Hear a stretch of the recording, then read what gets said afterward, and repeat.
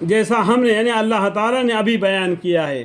ہم نے کا مطلب کیا؟ اللہ تعالیٰ نے ابھی بیان کیا، اس سے پہلے جو آیتیں بیان کی اللہ تعالیٰ نے، ٹھیک ہے.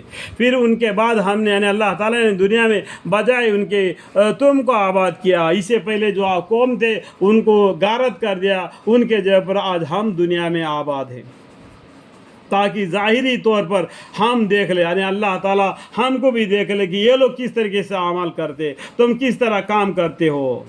اللہ تعالیٰ ان کو آزمایا، آج ہم کو بھی آزما دیتے ہیں. یہاں پر معنی میں ہم کا معنی آتا ہے تو وہ اللہ سمجھ لینا، ٹھیک ہے. پھر ان کے بعد ہم نے یعنی اللہ تعالیٰ نے دنیا میں بجائے ان کے تم کو یعنی آج ہم یا اس سے پہلے گزرے وہ لوگوں کو ہو سمجھ لینے کی بات ہے، ٹھیک ہے، آباد کیا، تاکہ ظاہری طور پر اللہ تعالیٰ ہم دیکھ لے. تو ہم کا مطلب کیا؟ اللہ تعالیٰ دیکھ لے کہ تم کسی طرح کام کرتے ہو. اور جب ان کے سامنے ہماری یعنی اللہ تعالیٰ کی آیتیں پڑھی جاتی ہے جو بالکل صاف صاف ہے، یہ قرآن کریم جب پڑھی جاتی ہے تو یہ لوگ جن کا ہمارے پاس آنے کا کھٹکا نہیں ہے آپ سے یوں کہتے کہ اس کے سوا کوئی پورا دوسرا قرآن ہی لے آئے یا کم سے کم اس میں کچھ ترمیم کر دیجئے. دیکھو یہ قرآن کے جگہ پر دوسرا قرآن لے آؤ یا تو اس کے اندر کوئی کمی پیشی کرو. اس طریقے سے یہ کافی لوگ پیغمبر صلی اللہ علیہ وسلم سے کہتے ہیں کہ یہ وہی ہے اللہ کے طرف سے نازل کی ہوئی. اللہ نے پیغمبر صلی اللہ علیہ وسلم امی ہے، پیغمبر صلی اللہ علیہ وسلم کو کچھ پڑھن نہیں ہے، علم نہیں ہے. اللہ کے طرف سے جو قرآن کے آیتیں آتے ہیں وہ صحابوں سے لکھواتے ہیں اور زبان سے یاد کر لیتے ہیں. کتاب نہیں تھا، جو سینوں میں یاد تھا قرآن کریم. جو عثمان رضی اللہ عنہ کے زمانے میں ایک قرآن کو کتاب کے تبدیل کر دیا جس میں زیر زبر پیش لگا دیے گئے. اس سے پہلے زیر زبر پیش بھی نہیں تھا قرآن میں. آج بھی سعودی میں جائیں گے بغیر زیر زبر کا قرآن ہے. وہ لوگ زیر زبر کو لگانا پسند نہیں کرتے، کیونکہ جس طریقے سے اللہ کے پاس سے قرآن نازل ہو گیا بغیر زیر زبر کا اسی طریقے سے وہ پڑھنا چاہتے ہیں. آج ہم کو پڑھنے کے لیے زیر زبر کی ضروری ہے، اس لیے عثمان رضی اللہ عنہ کے وجہ سے اللہ تعالی نے ہم کو یہ قرآن پڑھنا آسان کر دیا. سمجھ میں آیا بات؟ دوسرا قرآن ہی کی لائے. اس طریقے سے یہ کافی لوگ بولتے ہیں یہ قرآن کے جگہ دوسرا قرآن لاؤ. کیسا لائیں گے قرآن شریف؟ اللہ کے حکم کے بغیر کوئی کام ہو ہی نہیں سکتا. کم سے کم اس میں کچھ ترمیم کر دو. اس طریقے سے بولتے ہیں کہ قرآن کے اندر کچھ تبدیلی کر دو، کچھ ملاوٹ کر دو. آپ یوں کہہ دیجیے کہ پیغمبر صلی اللہ علیہ وسلم کا اللہ بولتے ہیں کہ آپ یوں کہہ دیجیے کہ مجھ سے یہ نہیں ہو سکتا کہ میں اپنی طرف سے اس میں ترمیم کر دوں. بس میں تو اسی کا اتباع کروں گا جو میرے پاس وہی اللہ کے طرف سے آتی ہے، وہ ذریعہ سے پہنچا ہے، اس کے پر عمل کریں گے پیغمبر صلی اللہ علیہ وسلم اور ان کے ساتھی صحابہ. اگر میں اپنے رب کے نافرمانی کروں تو میں ایک بڑے بھاری دن کے عذاب کا اندیشہ رکھتا ہوں. دیکھو یہ بڑے بھاری دن کا مطلب کیا ہے؟ قیامت. سمجھ میں؟ قیامت کو بھی انڈائریکٹ میں بہت سے نامے ہیں قرآن میں اندر. ہمارے پیغمبر کو بھی انڈائریکٹ میں بہت سے جگہ پر لیا گیا ہے نام. سمجھ لو بات کو. اور ایک بڑے بھاری دن مطلب کیا؟ قیامت کا دن کے عذاب سے کا اندیشہ رکھتا ہوں. سمجھ میں آیا بات؟ آپ یوں کہہ دیجئے، آپ یوں کہہ دیجیے گا، یعنی آپ کا مطلب کیا ہے؟ ہمارے پیغمبر صلی اللہ علیہ وسلم کو آپ یوں کہہ دیجیے کہ اگر خدا تعالیٰ کو منظور ہوتا تو نہ تو میں تم کو یہ کلام پڑھ کر سناتا اور یہ وہ یعنی اللہ تعالیٰ تم کو اس کا اطلاع دیتا. یہ اللہ کا مرضی تھی. پیغمبر صلی اللہ علیہ وسلم بالکل معصوم تھے، بالکل امی تھے. اللہ تعالیٰ نے ان کے اوپر قرآن نازل فرمایا، قرآن کے ذریعہ لوگوں کو دین کی طرف دعوت دینے کا حکم دے دیا. اس کے وجہ سے تم تک یہ قرآن پہنچا. سمجھیں آپ بات؟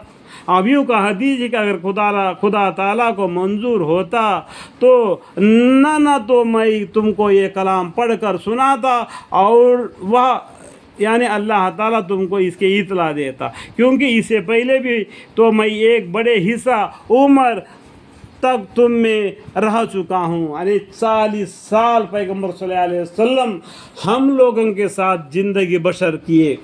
40 اور 2 سال کے بعد میں ان کو پیغمبری ملی. اس کے بعد میں پیغمبر صلی اللہ علیہ وسلم قرآن کے ذریعہ لوگوں کو دین کے طرف دعوت دے دیے. یہ اشارہ کرتے ہیں. دیکھو اس سے پہلا میں 40 اور 2 سال میں آپ کے ساتھ زندگی بسر کیا. کبھی میں آپ کو ایک اللہ کی عبادت کرنے کے طرف آپ کو بلایا نہیں نا. اور پیغمبر صلی اللہ علیہ وسلم کو علم نہیں ہے تو یہ قرآن پڑھ کر سنا رہے تو اللہ کے طرف سے نازل ہویا اس کی وجہ سے یہ آپ لوگوں کو بتلا رہے اس لیے کہ تم راہ حق کے طرف آ جاؤ، ایک اللہ کو عبادت کرو۔ اس لیے کہ اس واسطے اللہ تعالیٰ نے پیغمبر صلی اللہ علیہ وسلم پر قرآن نازل فرمائی، قرآن کے ذریعے لوگوں کو دین کی طرف دعوت دے کر کے بتلایا۔ اس لیے پیغمبر صلی اللہ علیہ وسلم یہ قرآن کے ذریعے لوگوں کو دین کی طرف بلا رہے، اطلاع کر رہے، تو وہ سمجھنے کے طور پر بولتے ہیں کہ کیونکہ اس سے پہلے بھی تم میں ایک بڑے حصہ عمر تک تم میں رہ چکا ہوں، پھر کیا تم اتنی عقل نہیں رکھتے؟ اتنا سال تمہارے ساتھ رہا، آپ قرآن پڑھ کر میں آپ کو سنا رہا ہوں، تو یہ اللہ کے طرف سے کیا اتنے موٹی بات کو نہیں سمجھ سکتے؟ افلا تعقلون۔ سو اس شخص سے زیادہ کون ظالم ہوگا جو اللہ پر جھوٹ باندھے یا اس کے آیتوں کو جھوٹا بتلا دے، لیکن ایسے مجرموں کا اصلاح فلا نہ ہوگی بلکہ معذب عابدی ہوں گے، اور یہ لوگ اللہ کی توحید کو چھوڑ کر ایسی چیزوں کی عبادت کرتے جو نہ ان کو ضرر پہنچا سکے اور نہ ان کو نفع پہنچا سکے، کوئی مصیبت بھی نہیں پہنچا سکتے، کوئی فائدہ بھی نہیں پہنچا سکتے، جس کی یہ لوگ عبادت کرتے ہیں اللہ کو چھوڑ کر۔ وہ کہتے کہ اللہ کے پاس ہمارے سفارش کرے، یہ اللہ کے پاس ہماری سفارش کریں گے، یہ جیسا کہ نصرانی لوگ عیسیٰ علیہ السلام کے بارے میں کہتے کہ یہ اللہ کے پاس ہماری سفارش کریں گے، یہودی لوگ کہتے ہیں کہ عزیر علیہ السلام اللہ کے پاس ہماری سفارش کریں گے۔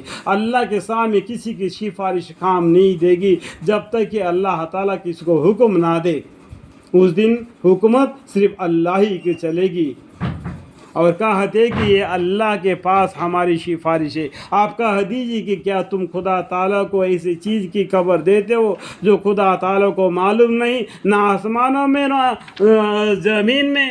وہ پاک و برتر ہے ان لوگوں کے شرک سے، اور تمام آدمی ایک ہی طریقے کے تھے۔ تو سب سے پہلا تمام آدمی ایک ہی طریقے کے تھے۔ اس آیت کو میں دوبارہ پڑھ کے سنانا چاہتا ہوں۔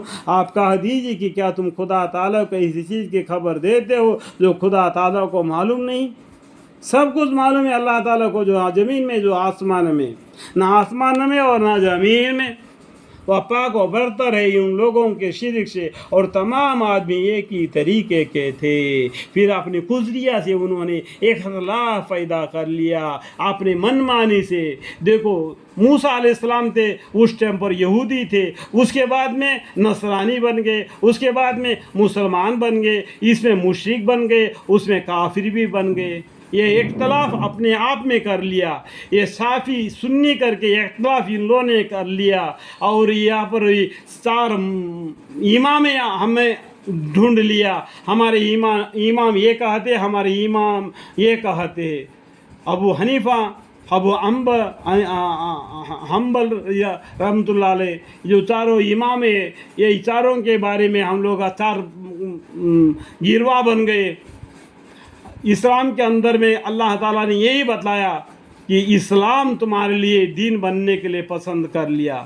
ہمارے لیے راہ بتلانے والے ہمارے امام پیغمبر صلی اللہ علیہ وسلم حضرت محمد مصطفیٰ صلی اللہ علیہ وسلم ہے، اس کے بعد میں خلفائے راشدین ہیں۔ سمجھ میں آئے بات؟ پھر اپنی قدری سے انہوں نے ایک اختلاف پیدا کر لیا، اور اگر ایک بات نہ ہوتی جو آپ کے رب کے طرف سے پہلے ٹھہر چکی ہے، تو جس چیز میں یہ لوگ اختلاف کر رہے ان کا قطع فیصلہ دنیا ہی میں ہو چکا ہوتا۔ اللہم اغفر لی۔ قرآن شریف کے تلاوت کے درمیان میں جو بھی غلطی کوتاہی ہم سے ہو گئے تو ہمیں معاف فرمائے۔ وآخر دعوانا ان الحمد للہ رب العالمین۔